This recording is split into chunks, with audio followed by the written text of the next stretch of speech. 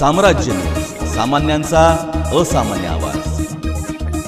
मौजे कामती येथे MS-40 AK-89-93 हे वाहन मंद्रुप रोडवरून मोहोळकडे संशयितरित्या येताना थांबून चौकशी केली असता यामध्ये विमल पान मसाला 2000 बॉक्स, सुगंधित तंबाखू 2000 बॉक्स, विमल पान मसाला 24,000 पाकिट, सुगंधित तंबाखू 24,000 आणि विमल पान मसाला 1800 पाकिट असे प्रतिबंधित अन्नपदार्थ एकूण 66,16,600 रुपयांचा मुद्देमाल जप्त करण्यात आलाय.